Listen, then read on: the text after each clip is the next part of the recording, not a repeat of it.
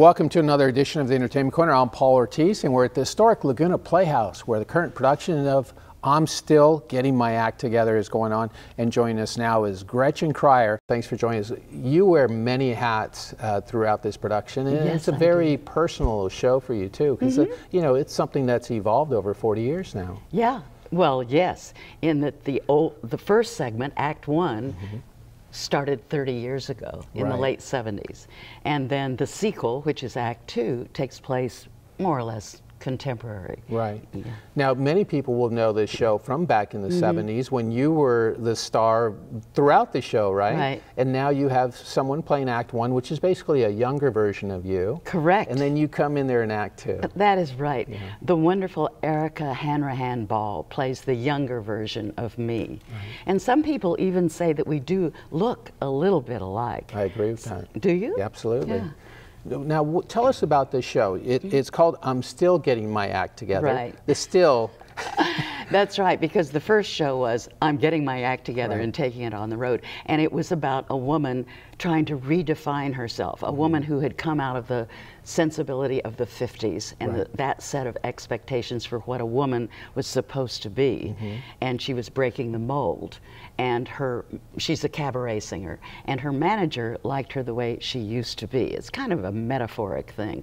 And it was really, we were trying to capture that transitional period in the 70s when women were trying to redefine themselves and men were very confused about what do women want, you know. And that's what we capture in Act One. It's a very funny show. Now, when you say we, that's you and Nancy Ford, who's yes. really She's the composer. Right. She's collaborated quite often with you. Yes. Were you all trying to really send out a feministic message to the audience? No. But it turned out that way. Yes. It was a very personal story because I personally had grown up in the 50s with a certain set of expectations, you know, of what I was going to be as a wife and a mother and all of that sort of thing.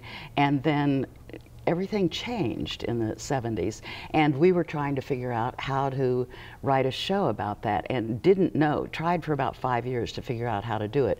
We were doing our own cabaret act at the time, doing songs that we called a scrapbook of our lives, and they were, all the songs were personal and were based on our own personal experiences. It had to do with divorce, having kids, you know, all things like that. And suddenly, one night, in the middle of performing at a little club downtown in Manhattan called the Cookery, right in the middle of singing a song, I suddenly thought, oh, I know how to write this show.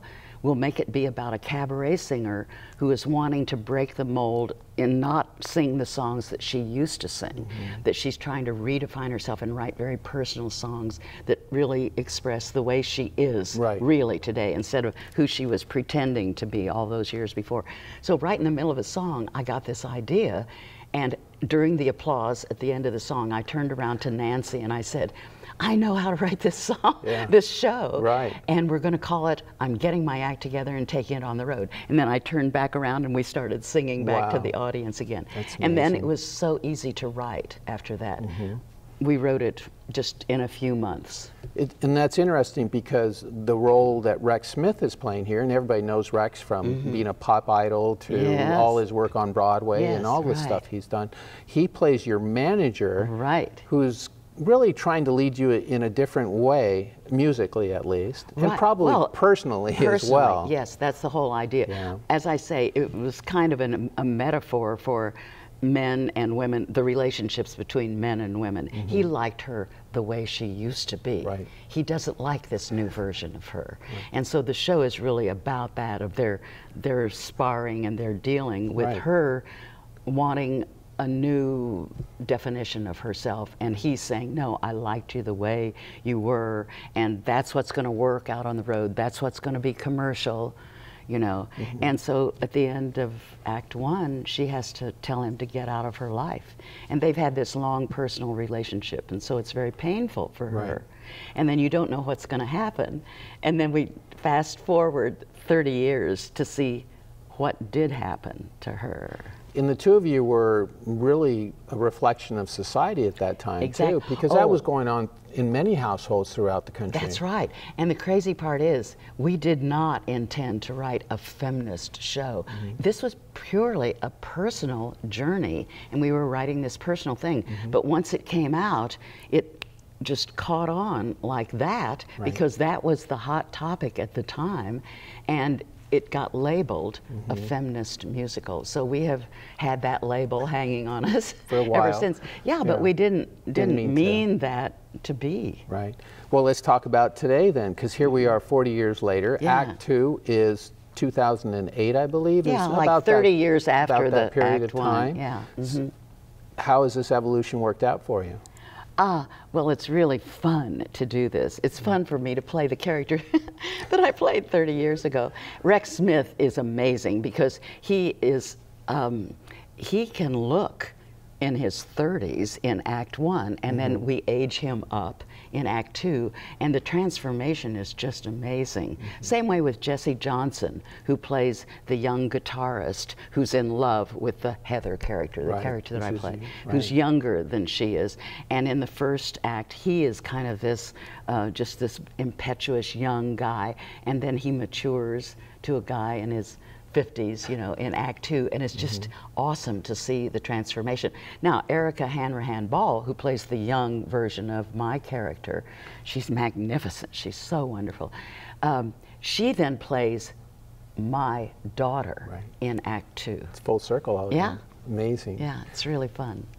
The 40 years, what 30 years. Yes. What changes, do you think those changes that happened in the 70s, you know, there's some circumstances that, you know, from those changes that, you know, affect us even today. That is right. Well, what I wanted to show in the sequel too was, in a way, the cost of the stuff that women did in the 70s in attempting to redefine themselves. Often did disrupt families. It disrupted the old ways, you know. And so there often were costs. And in my show, the cost had to do with the daughter felt, because her mother, the me character 30 years ago, got divorced and disrupted the family. She always felt, and then her mother was a single mom. She felt like her mother was never there because her mother was always working, and she didn't have a daddy and all of that. And it really disrupted the daughter's life. And so that was the cost of that sort of thing. And people are adapting, I think, nowadays, because they're, you know, to live in New York and in Los Angeles and Southern California, you usually need a 2-income or something had to happen. So, you know, this has happened, this evolution has happened where, you know, mom is working all the time. That's right. And how do we adapt as a family and society? Well, now that is more the set of expectations now. So people, families settle into that now, and it's all right now. But back then, it was breaking the mold, and it was very hard on the next generation. And that's one of the things that we show in the show. Well, before I let you go, let's talk about the music, because the music is so important to this production as well. And I love music from the 70s, and then you start to evolve that music into, you know, probably the late 1990s and 2000. What do you really enjoy about the music in this production? Well, number one, our band is fantastic. We have 4 guys who had not played together before, but they have turned into a hot band. So, God, the music just sounds wonderful now, and that's really, really fun. And so you get that whole 70s flavor and the 70s look, you know, in the costuming and everything in the Act 1, and then Act 2 is contemporary, and the sound evolves too. Probably will, as the show moves forward, we'll even try to make the sound of the band in Act 2 a little bit more contemporary. You know, we only had 2.5 weeks rehearsal, so we had to just do a certain amount, and we achieved an amazing amount in this production. I love this production of the show. It all really came together, partly because our cast is just all so terrific. 2 more people. Jennifer Lee Warren is fantastic, and Erica Schindel, backup singers. They are just wonderful. But the whole band is so tight. And the music too of the 70s were revolutionary. Things are changing. We're making a difference. And then as we get older, you know, we mellow out a little bit, and it's more of a ballad and kind of a reflection on what our life has really been and the road that we took to get there. Yeah, that's right. It probably Act 2 is more mellow, but it's just as funny. It's important.